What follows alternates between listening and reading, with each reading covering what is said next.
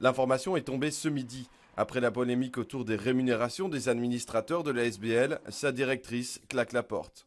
Au vu de la tourmente de ces derniers jours, je quitte dès maintenant le bureau de l'ASBL SAMU Social. Je souhaite que le travail et le juste combat que nous menons puissent être reconnus à leur juste valeur, loin des considérations politiques. Depuis quelques jours, plusieurs députés demandent des clarifications sur les comptes de la SBL, plus précisément sur les défraiements attribués aux administrateurs. Un budget de 60 000 € qui provient en partie de dons privés, intolérable pour le CDH.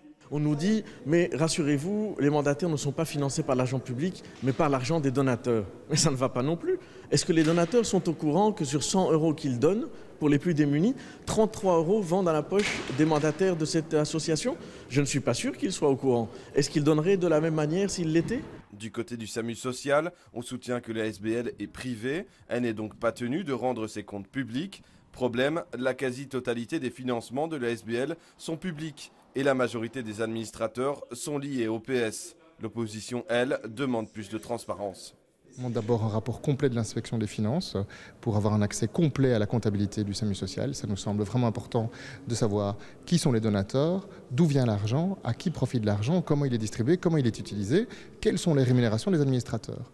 Ensuite, il est évidemment hors de question que les administrateurs continuent à toucher les jetons de présence. Et la réponse de la région ne s'est pas fait attendre. Elle annonce des mesures, notamment un contrôle plus strict des rémunérations pour l'ensemble des mandats des administrateurs, mais aussi plus de contrôle des ASBL. En ce qui concerne les ASBL, donc il s'agit ici d'une ASBL communale, c'est de les doter d'un statut public en fonction des missions qu'elles exercent, de les astreindre à partir d'un certain seuil à conclure un accord, un contrat de gestion avec le pouvoir communal, à ce qu'il y ait un contrôle permanent au niveau communal. Une nouvelle polémique qui arrive au plus mauvais moment au PS.